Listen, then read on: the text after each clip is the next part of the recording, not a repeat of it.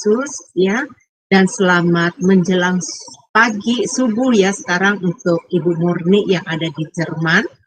Dan selamat good evening untuk teman saya Bu Jenny yang ada bersama-sama dengan kita. Puji syukur kita panjatkan kepada Tuhan kembali di pagi hari ini dan waktu setempat dimanapun kalian berada saat ini untuk merenungkan firman Tuhan. Mari saudara-saudari, saya mengajak kita untuk berdoa terlebih dahulu. Maha besar Engkau ya Bapa, kami sembah di dalam nama Tuhan Yesus, kami bersyukur kalau setiap saat Bapa memberikan kesempatan kepada kami untuk berjuang, untuk memperbaiki segala kehidupan kami, agar kami bisa serupa dan segambar dengan Bapa Surgawi, firman Tuhan yang telah Engkau berikan kepada hamba-Mu ini, mampukan saya untuk bisa menyampaikan ini, untuk bisa memberkati banyak orang. Bapak tolong hamba-Mu ini secara khusus dengan wifi yang belakangan ini terganggu ya Bapak. Tolong Tuhan, bantu hamba-Mu ini supaya jaringan internet ini boleh berjalan dengan lancar karena Tuhan yang menjaga dan menolong. Bapak Surgawi, terima kasih kami mempersiapkan hati untuk mendengarkan renungan ini yang memberkati banyak orang. Terima kasih Bapak, di dalam nama Yesus kami berdoa, haleluya, amin. Amin, amin. Baik saudara-saudariku, hari ini kita membaca kitab 1 Timotius yang terakhir, yaitu bagian pasal yang ke-6. Dan saya memberikan tema hari ini, berjuang merebut hidup kekal. Ya. Surat 1 dan 2 Timotius ditulis oleh Paulus dan disebut sebagai surat-surat pengembalaan. Nah, yang menulis surat Timotius ini tentunya adalah Paulus. Saya pernah mendengarkan bahwa banyak teolog yang meragukan penulisan surat Timotius ini bukan Paulus yang menulisnya. Pernahkah saudara mendengarkan hal itu? Nah, saudara dengarkan. Untuk memastikan kalau Paulus yang menulis, mari kita baca di dalam 1 Timotius 1 ayat 1 sampai 2b. Ayat 1 berkata, dari Paulus, Rasul Kristus Yesus, menurut perintah Allah, juru selamat kita, dan Kristus Yesus dasar pengharapan kita. Dan di ayat 2 ditujukan kepada Timotius, anakku yang sah di dalam iman. Dikatakan surat dari Paulus untuk Timotius. Nah, beberapa pengkritik ini mempersoalkan penulisan Paulus ya atas surat-surat yang di Timotius ini. Namun, gereja mula-mula memiliki dan menempatkan surat-surat yang asli sebagai bukti. Jadi ada fakta, ada buktinya. Walaupun ada perbedaan dari gaya penulisannya dan dari kosakata dalam surat-surat pengembalaan ini dibandingkan dengan surat kiriman lain dari Paulus yang sebelumnya seperti di Korintus ya. Nah, itu ada sedikit perbedaannya. Tentu karena surat ini adalah surat-surat pengembalaan. Nah, saudara harus tahu usia Paulus sudah lanjut saat dia menulis surat Timotius. Dan perhatikan saudara, ya. Timotius ini, ya, pribadi Paulus saat itu terbeban terhadap pelayanan Timotius dan Titus. Nah, dari surat ini dapat menerangkan perbedaan yang cukup meyakinkan. Saat Paulus menulis surat 1 Timotius ini, setelah peristiwa-peristiwa yang tercantum pasal terakhir di dalam Kisah Para Rasul, saudara bisa baca ulang ya. Paulus mendapat banyak sekali tekanan. Saat hukuman penjara yang pertama kali dialami oleh Paulus, pada saat dia berada di kota Roma, nanti saudara bisa baca ulang di Kisah Para Rasul 28. Jadi pasal 28 itu Anda bisa baca ulang ya. Nah, dan bisa baca di dalam 2 Timotius 4 ayat 16 sampai 17 juga, bahwa Paulus berakhir dengan kebebasan. Jadi dia setelah dipenjara, nanti di kitab 2 Timotius dikatakan dia bebas ya. Nah, setelah itu Paulus meninggalkan kota Roma menuju ke arah barat ke Spanyol, dan di sana melaksanakan pelayanan yang sudah lama sekali dicita-citakan oleh Paulus ya.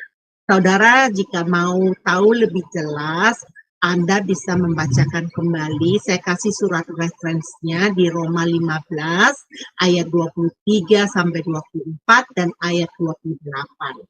Nah, kenapa perlu kita baca? Agar kita ketahui surat-surat pengembalaan ini.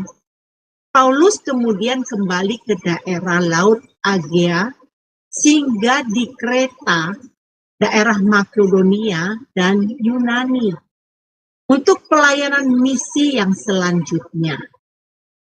Tercatat ini di sekitar tahun 64 sampai 65 Masehi.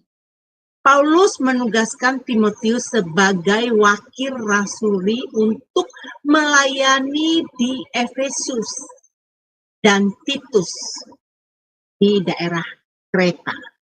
Dari Makedonia, Paulus menulis surat yang pertama kepada Timotius, dan beberapa waktu kemudian Paulus menulis surat kepada Titus. Nah, setelah beberapa waktu itu, Paulus kembali ditawan di Roma. Tidak lama setelah dia mati syahid pada tahun 67 sampai 68 Masehi. Dia menulis surat yang kedua kepada Timotius. Kalau kita baca di dalam 2 Timotius 4 ayat 6 dan 7, mengenai diriku, darahku sudah mulai dicurahkan. Jadi dia tahu nih bahwa sudah saatnya sudah dekat ya. Nah, darahku mulai dicurahkan sebagai persembahan dan saat kematianku sudah dekat. Aku telah mengakhiri pertandingan yang baik. Aku telah mencapai garis akhir dan aku telah memelihara iman.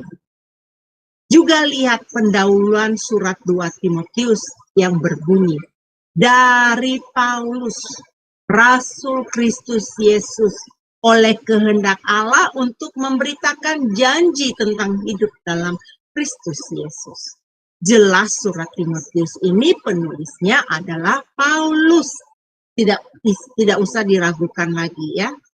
Walaupun ada yang meragukan atas siapa yang menulis surat Timotius ini, dari bukti bapak-bapak gereja terdahulu dan bukti yang lain surat-surat dari Paulus, tidak diragukan lagi penulis surat Timotius adalah Paulus. Baik, mari kita lanjut. Di Kisah Para Rasul 16, kalau di ayat 1-3, di sana tertulis bahwa Paulus berkunjung ke Listra. Dia bertemu anak muda dan dididik oleh Paulus dan menjadi penginjil dan gembala. Siapakah dia? Dia murid kesayangan Paulus, sangat terkenal. Dia murid kesayangan Paulus. Dia anak rohani Paulus yang bernama Timotius. Timotius yang lahir dari perkawinan campuran. Ibunya seorang Yahudi dan ayahnya adalah seorang Yunani. Kita bisa baca di Kisah Para Rasul 16 ayat 1. Paulus datang ke Derbe dan ke Listra. Di situ ada seorang murid bernama Timotius. Ibunya adalah seorang Yahudi dan telah menjadi percaya, sedangkan ayahnya Timotius ini seorang Yunani. Arti nama Timotius adalah memuliakan Allah, yang artinya menghormati Allah. Timotius ini menyerahkan hidupnya untuk melayani Tuhan, saudara. Pada saat umurnya yang masih muda, terjadi pertemuan mereka saat Rasul Paulus ini berkunjung yang pertama di Listra. Nah, perhatikan ini sangat menarik yang akan memberikan pencerahan. Kita tahu kan kalau Timotius itu tinggal di Listra. Kita juga tahu Timotius itu lahir dari perkawinan campuran. Ini yang menjadi hal yang luar biasa, bahwa Timotius ibunya seorang Yahudi dan bapaknya seorang Yunani. Walaupun lahir dari orang tua kepercayaannya yang berbeda, Timotius terpelihara imannya dan menerima kasih karunia ibunya yang bernama Eunike dan neneknya yang bernama Lois berperan di sini telah menanamkan iman. Timotius dididik oleh ibunya Eunike dan neneknya Lois mengajarkan akan kitab suci.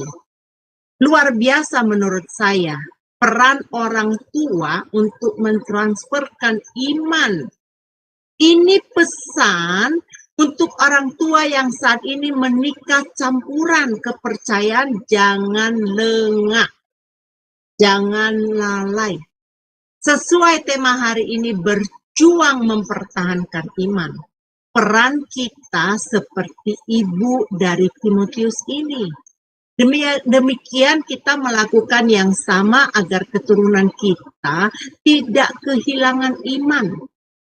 Itulah sebabnya saat Paulus bertemu dengan Timotius, Paulus berkata di dalam ayat 2 Timotius 1 ayat 5.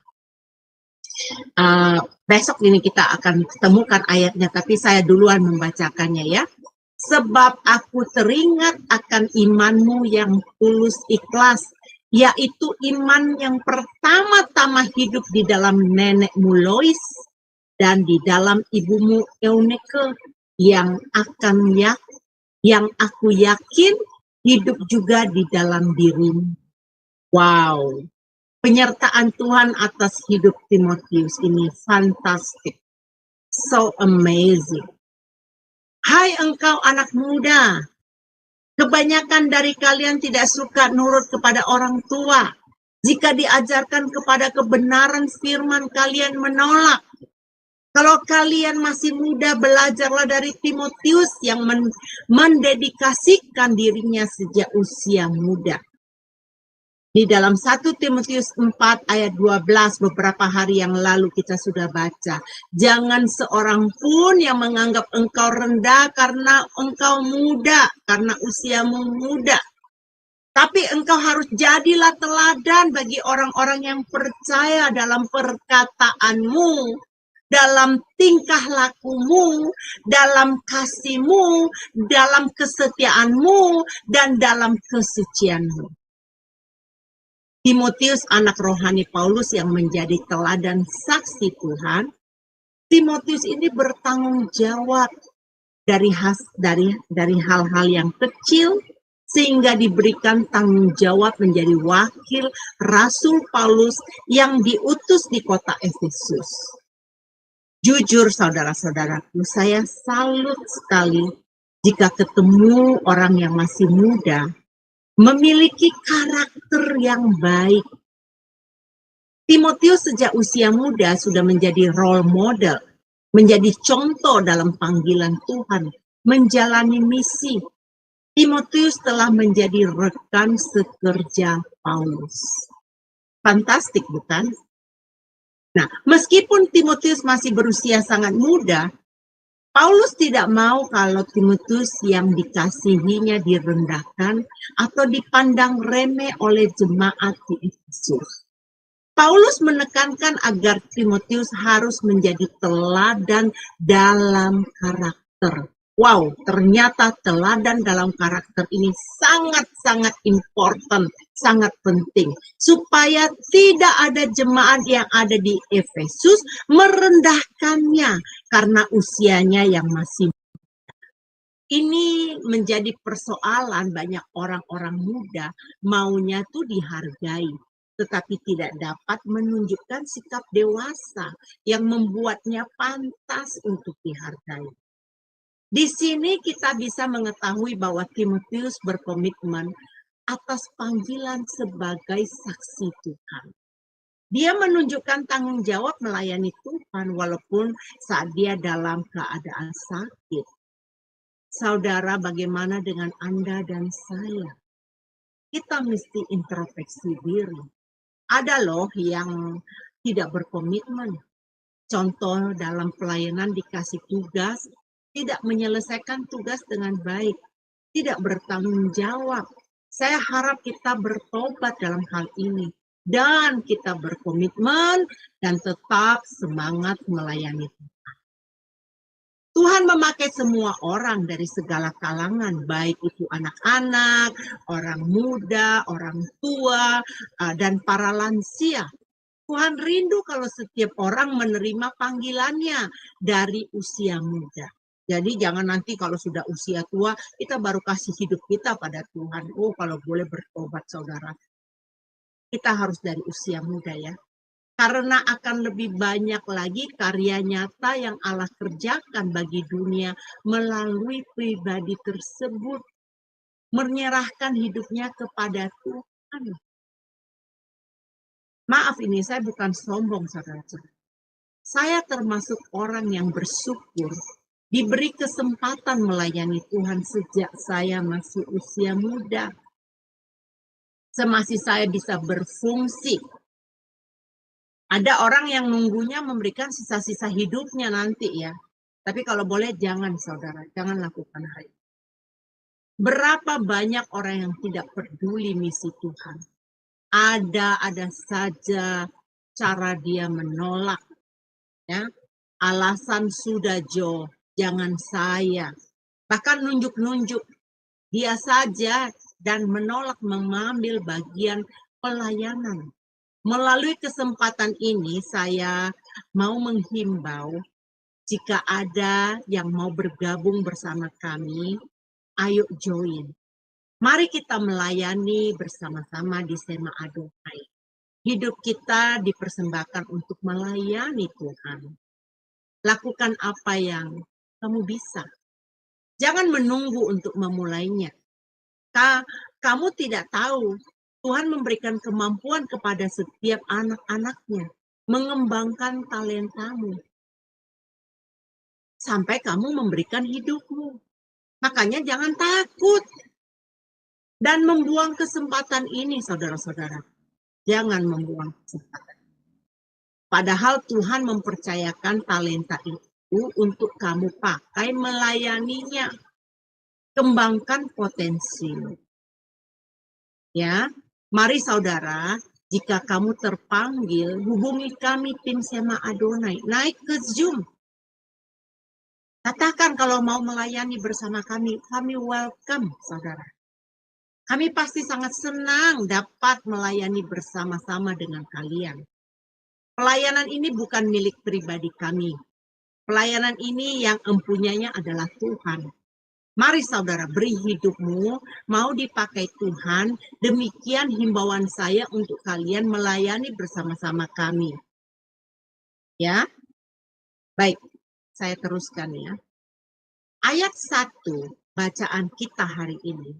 Paulus berpesan menanggung beban perbudakan untuk menghormati pemimpin. Dan di kitab Efesus, ya, Paulus juga berpesan yang sama saudara-saudara.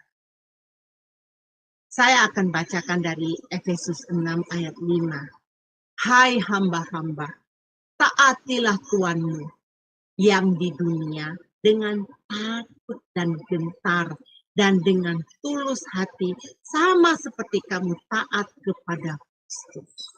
Wow, pesan firman Tuhan hari ini, kita harus taat kepada pemimpin. Paulus berpesan agar jemaat Tuhan untuk setiap kita mematuhi, menghormati pemimpin. Pesan Paulus ke Timotius sampai saat ini, kita harus berpikir yang sehat, yang kritis. Jika ada pengajaran sesat yang di luar Alkitab, maksudnya yang dimelencengkan dari ajaran yang benar. Perhatikan di ayat 5 dikatakan ibadah itu adalah suatu sumber keuntungan. Nih, dengerin teman-teman. Dulu nih ya, saya percaya ini bahwa ibadah adalah sumber keuntungan. Waktu saya masih awam, ya, dulu menurut saya apa yang tertulis di firman Tuhan dan saya dengan gampangnya katakan amin tanpa mencerna. Kenapa terjadi percecokan di antara orang yang tidak berpikiran sehat dan kehilangan kebenarannya? Kenapa? Karena telah salah punya persepsi. Mengira kalau ibadah adalah suatu keuntungan. Cuman dikutip sedikit aja. Jadi kita harus beribadah supaya kita dapat keuntungan. Kita beribadah supaya kita kaya. Kita beribadah supaya kita sehat. Bla bla bla. Nah, Paulus sangat konsen kepada jemaat Timotius akan hal ini, saudara. Tapi setelah saya belajar dan belajar, jelas ini adalah ajaran yang tidak alkitabiah. Itu sebabnya perlu belajar firman secara benar agar kita berpikir ya yang sehat dan pemahaman yang benar. Perhatikan ayat berikut di ayat 6 yang berkata begini saudara-saudara. Memang ibadah itu kalau disertai rasa cukup memberi keuntungan besar. Sebelumnya, mari simak di ayat Galatia 1 ayat 9, ada penekanan seperti ini saudara-saudara. Seperti yang telah kami katakan dahulu, sekarang kukatakan sekali lagi, jikalau ada orang yang memberitakan kepadamu suatu Injil yang berbeda dengan apa yang telah kamu terima, terkutuklah dia. Ada pesan penting dalam hal ini, kita harus berhati-hati saudara. Itulah pentingnya kita harus belajar pendalaman Alkitab. Tapi mirisnya banyak orang yang tidak mementingkan hal ini. Ya, jadi kita harus belajar supaya kita tahu ayat itu artinya apa. Jadi kita membelah ayat itu. Nah, jelas ini berbeda dengan tata ibadah yang benar yang dikatakan di ayat 6. Memang ibadah itu kalau disertai rasa cukup memberi keuntungan besar. Tahu nggak saudara, Alkitab mencatat di Efesus, para guru palsu nih ya, mengajarkan ibadah untuk memperoleh kekayaan. Ya, pasti saudara sudah dengar. Mungkin Anda ada juga di dalam komunitas itu. Ada doktrin pengajaran bahwa yang diberkati oleh Tuhan akan hidup berkelimpah. Dan yang tidak diberkati itu karena hidup pribadi tersebut tidak beribadah secara benar. Kita harus sadar apa yang dikatakan Paulus di ayat itu. Ya, kita tidak membawa sesuatu apapun ke dalam dunia dan kita pun tidak dapat membawa apa-apa keluar. Bagi mereka yang tidak mengerti ayat ini, mereka mengumpulkan harta yang banyak. Dan saat ajal menjemput tidak membawa apa-apa. Kalau tidak bertobat, sia-sia bukan? Lantas apa sikap yang perlu kita lakukan? Setiap umat Tuhan harus ada rasa cukup. Ayat 8 berkata, asal ada makan dan pakaian itu cukuplah. Dalam hal ini saya mau katakan pesan ini berlaku untuk saya. Kenapa? Karena saya juga harus menghidupkan rasa cukup ini dalam hidupku. Saya berjuang untuk lepas dan merdeka dalam hal ini. Saya tidak malu membicarakan kebodohan saya dulu dalam hal serakah. Serakah yang merasa bahwa tidak pernah cukup. Ternyata serakah itu adalah penyembahan berhala. Ada yang mau tahu mengenai tentang kebodohan saya? Saya akan menyaksikan pada saudara. Saya akan menceritakan saudara-saudara. Tujuan saya berbagi pengalaman ini agar saudara tidak melakukan kesalahan yang sama yang pernah saya lakukan dulu. Saya dulu kalau beribadah setiap minggu, saya tidak mau memakai pakaian baju, sepatu, tas yang sama. Saya maunya dalam 1 tahun yang ada 52 minggu itu penampilan saya harus tidak boleh sama. Sehingga saya membeli baju, sepatu, tas beraneka variasinya. Bahkan parfum saya melebihi dari 100 macam wangi-wangian. Jelas ini kesalahan saya. Saya salah karena saya mengikuti kehendak daging. Tapi yang benar kita beribadah dengan rasa cukup, bukan beribadah memenuhi keinginan daging yang merasa tidak cukup, terus aja mau dikejar. Ya, puji Tuhan saya disadarkan dan saya bertobat dalam hal ini. Saudara-saudaraku, di tengah-tengah kita ada Ibu Murni yang pernah datang dari Jerman ke Amerika. Kalau dia bisa membuka mute-nya, dia akan berkata, di apartemen saya ini saya punya 2 kamar. Bahkan Ibu Jenny yang ada di tengah-tengah kita juga dia udah berkali-kali datang di rumah saya. Saya tidur di kamar yang kecil. Di kamar yang besar itu adalah tempat gudang saya menyimpan baju saya, barang-barang saya di sana. Itu juga pun teman-teman sudah diperkecil. Karena dulu rumah saya yang dulu itu luasnya itu 2.200 square feet. Kemudian saya sekarang pindah di 950 square feet. Gak sampai separuh besarnya teman-teman. Dan akhirnya apa yang kulakukan? Aku buang-buang barang. Maksudnya bukan buang, aku berikan kepada orang lain. Sepatu, tas-tas yang dulu saya bagi-bagikan, parfum saya bagi-bagi. Jadi, apa yang dikatakan Paulus, cukupkanlah. Kita harus ada rasa cukup dengan kebutuhan pokok kita. Karena tidak ada rasa cukup itu akar kejahatan, yaitu serakah yang bisa mencelakakan, yang menenggelamkan manusia ke dalam keruntuhannya dan kebinasaan.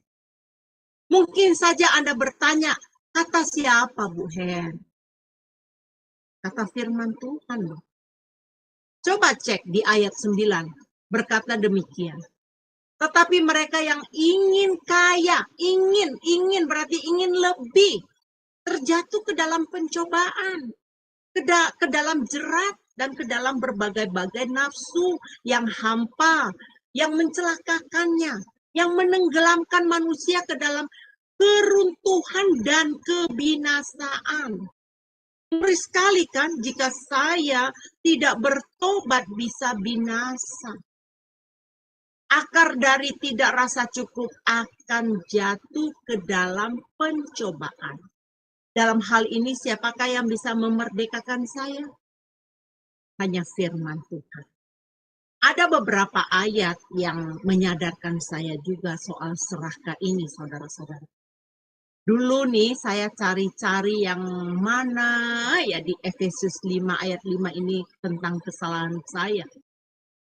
Saya masih masih mengikat saya. Ya. Ini ayat ini berkata, karena ingatlah ini baik-baik, tidak ada orang sundal, orang cemar, orang serakah atau orang serakah. Artinya penyembah berhala yang mendapat bagian di dalam kerajaan Kristus dan Allah. Aha, orang serakah yang tidak pernah merasa cukup adalah penyembahan berhala. Saya bertobat, saudara-saudaraku. Saya disadarkan ternyata aku beli baju itu bukan warna kuning saja, tapi satu model saya bisa beli berapa warna. Saking nggak pernah puas, serakah. Dan perhatikan juga di Kolose 3 ayat 5. Karena itu matikanlah dalam dirimu segala sesuatu yang duniawi, yaitu percabulan, kenajisan, hawa nafsu, nafsu jahat, dan juga, nah ini poin yang saya harus ini, keserakahan yang sama dengan penyembahan berhala. Pastikan Anda tidak ditemukan tidak benar di hadapan Allah, saudara-saudara. Lagi dikatakan orang serakah yang tidak pernah merasa cukup adalah apa? Penyembahan berhala.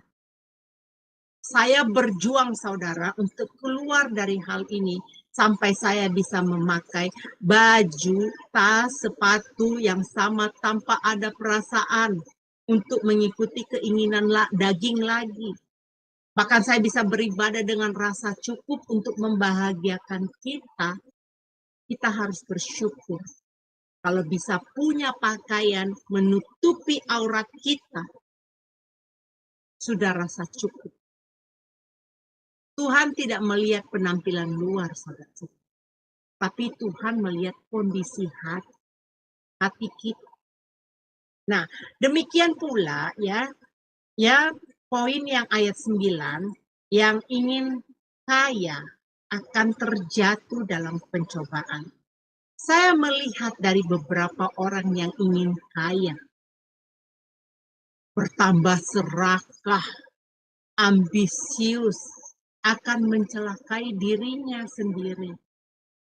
Belum lama ini saya melihat orang-orang tipe seperti ini. Miris sekali.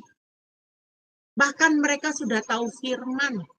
Bahkan levelnya itu sudah menjadi pengajar. Levelnya adalah gembala.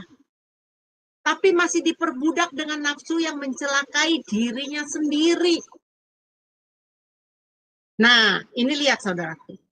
Tapi manusia Allah yang tertulis di ayat 11, artinya manusia yang berkenan, manusia yang mengikuti perintah Tuhan, yang telah menjadi anak Allah, yang telah mengalami transformasi. Itulah artinya manusia Allah. Itulah pesan penutup Paulus di surat Timotius ini. Tetapi engkau, hai manusia Allah, jauhilah semuanya itu.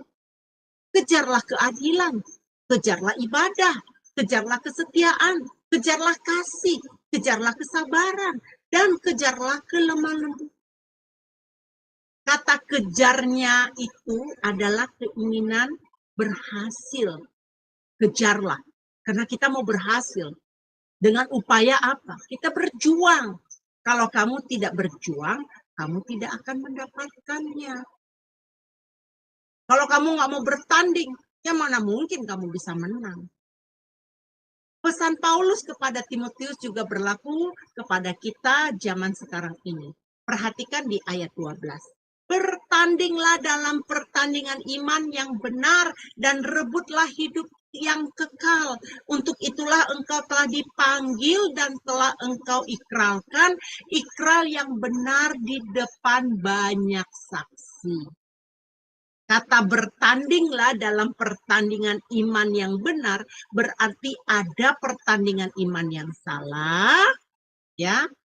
Ada iman yang benar, ada iman yang salah. Berarti iman yang salah mustahil merebut hidup yang kekal. Jadi jangan salah pilih, teman-teman. Harus memiliki iman yang benar. Karena iman yang salah mustahil dia untuk merebut hidup yang kekal. Dibutuhkan karakter yang baik untuk merebutkan hidup yang kekal. Oh iya, benar. Kalau kamu nggak memiliki karakter yang baik, nggak akan menang. Itulah makanya dikatakan matikan segala kedagingan dalam hidupmu supaya engkau memiliki karakter yang benar, karakter yang baik. Ayat 12, pertandingan dalam pertandingan iman yang benar, dan rebutlah hidup yang kekal. Wow, kita harus rebut hidup kekal. Untuk itulah engkau telah dipanggil dan telah engkau ikrar-ikrarkan yang benar di depan banyak saksi. Dikatakan itu di ayat 12 itu. Mengapa kita harus bertanding dalam iman yang benar? Karena jika kita bertanding dengan benar, kita akan memperoleh hidup kekal. Peraturan yang benar itu mengikuti kehendak firman. Pernahkah Anda melihat pertandingan? Pasti pernah kan? Demikian juga kita saat ini, kita tuh sedang bertanding, saudara-saudara, untuk mempertahankan iman kita. Kita harus berjuang dengan benar apa yang membuat kita menang dalam pertandingan yang benar, yaitu karakter yang benar, yang tidak bertentangan dengan firman. Seperti peperangan atletik ya, mempertahankan agar bisa menang. Keselamatan hanya datang dari Tuhan. Milikilah mental yang baik sebagai seorang prajurit Allah. Pertandingan harus dipersiapkan dalam pertandingan dengan melatih diri kita. Dikatakan di 1 Timotius 4 ayat 7b sampai 8. Berkata kita harus berjuang. Latihlah dirimu beribadah. Latihan badani terbatas gunanya, tetapi ibadah itu berguna dalam segala hal karena mengandung janji baik untuk hidup maupun untuk apa yang akan datang, hidup kekal. Kita harus berjuang untuk melatih diri kita, beribadah agar kita bisa mempertahankan iman untuk memperoleh hidup kekal. Pertandingan membutuhkan pengorbanan, saudara-saudara. Membutuhkan penderitaan agar kamu tidak mati kelak. Di Wahyu 2 ayat 11b berkata, barang siapa menang, ia tidak akan menderita apa-apa oleh kematian yang kedua. Jadi kalau orang yang bertanding itu ada tenaga, ada upaya yang diusahakan supaya menang. Kenapa kita harus menang? Kata kitab Wahyu 2 ayat 11 ini. Kenapa? Supaya kita jangan mati yang kedua. Mati yang kedua itu adalah mati untuk selama-lamanya, saudara-saudara. Tidak memperoleh kehidupan kekal. Nah, saya mau berbagi kepada saudara. Ada ilustrasi yang saya dapatkan dari grup WA kemarin ya. Ada kisah seorang gadis cacat yang kakinya hanya ada satu. Dan ikut bertanding maraton. Gadis ini dia berjalan menggunakan tongkat. Untuk membantu dia berjalan menggunakan tongkat ini. Jadi untuk membantu dia berjalan dia gunakan tongkat. Nah, waktu itu dia ikut pertanding maraton kan.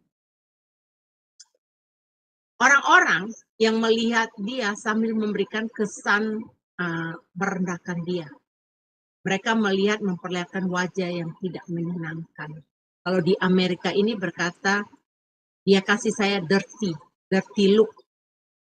Dirty look, penampilan wajah yang kotor gitu.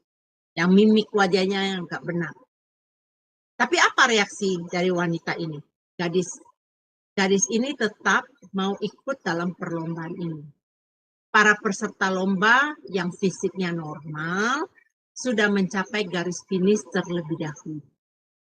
Lantas bagaimana dengan gadis ini yang hanya punya kaki satu? Gadis ini terus berjuang untuk menang agar mendapatkan hadiah. Untuk apa dia mendapatkan duit? Untuk dapat membiayai ayahnya yang sedang sakit. Dalam pertandingan gadis ini terjatuh, saudara. Terkuras tenaganya, dari wajahnya kelihatan gadis ini sangat letih. Tubuhnya sangat lemah. Dia mengumpulkan tenaganya untuk bangun dan melanjutkan berjalan. Gadis ini berjuang, saudara-saudara. Dengan perjuangan yang berat, akhirnya dia berhasil mencapai garis finish.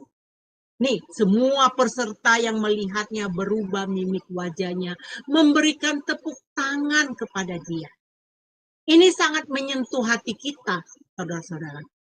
Saya terutama waktu melihat ilustrasi ini, kesaksian ini, sangat menyentuh hati saya. Yang memenangkan pertandingan ini, ya saudara-saudaraku, yang pertama mencapai garis finish, rela.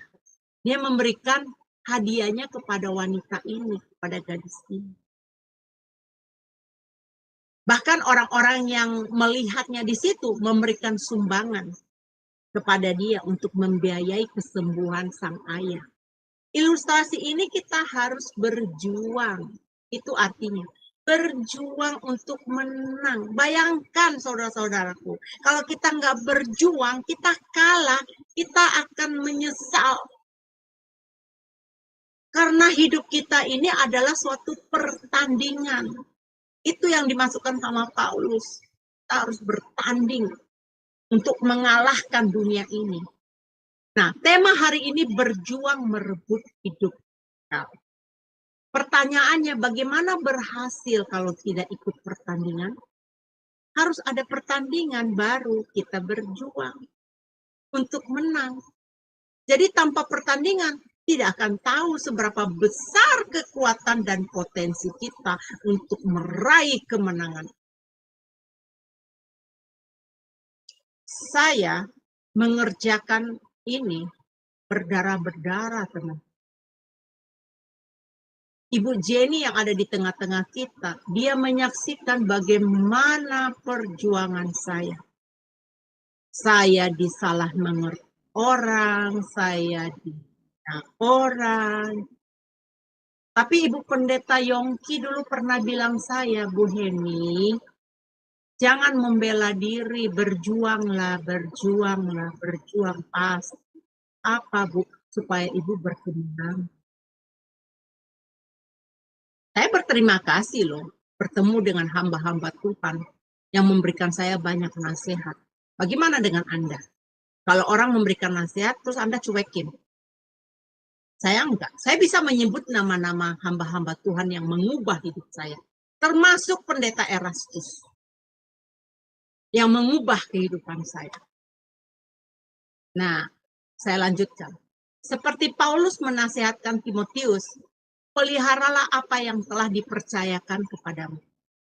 Demikian juga kita harus berjuang dan merebut hidup kekal. Ada amin, saudara? Puji syukur kalau melalui renungan hari ini kita mau bertekad, mau berjuang mengatasi segala ujian kehidupan. Apabila saya, Anda, bisa mengatasi diri sendiri, semua ini karena Tuhan yang memberikan pertolongan. Sehingga kita sanggup berjuang dan akhirnya bisa memenuhi persyaratan menjadi umat Allah yang memiliki karakter ilahi. Kita berjuang agar diterima menjadi tim sekerja Allah, rekan sekerja Allah. Kalau Timotius bisa, kita juga bisa berkemenangan. Oleh sebab itu, jangan berhenti berjuanglah merebut hidup kekal itu. Kata Paulus, sebab itu aku tidak berlari tanpa tujuan. Dan aku bukan petinju yang sembarangan. Sembarangan memukul. Bukan. Kata Paulus. Aku berlari karena aku ada tujuan. Aku berjuang karena aku ada tujuan. Kalau Paulus demikian, juga kita harus berjuang. Paulus berkata, aku melatih tubuhku dan menguasainya seluruhnya supaya sesudah memberitakan Injil kepada orang lain, jangan sampai aku ditolak. Kalau Paulus bisa berkata demikian, kita pun harus berkata demikian kepada diri kita agar kita jangan sampai ditolak. Berjuanglah memperoleh hidup yang benar.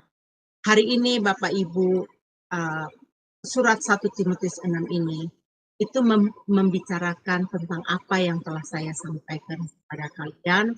Semoga ini menjadi berkat buat kita semua.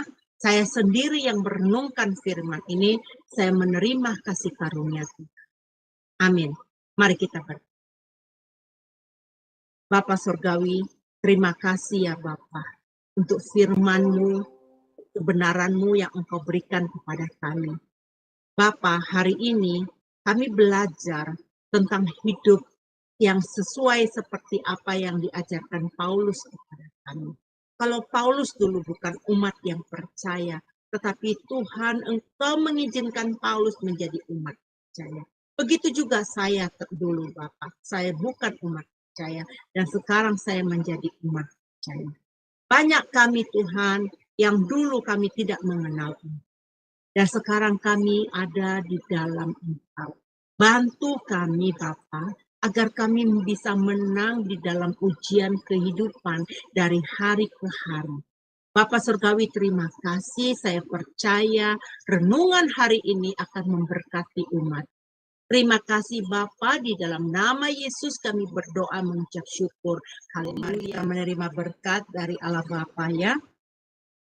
Tuhan memberkati kita dan melindungi kita. Tuhan menyinari kita dengan wajah-Nya dan memberikan kita kasih karunia.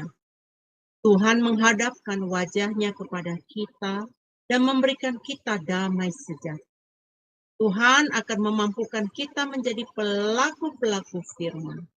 Kasih karunia Yesus dan kasih Allah Bapa dengan persekutuan Roh Kudus sampai pada akhir zaman. Amin.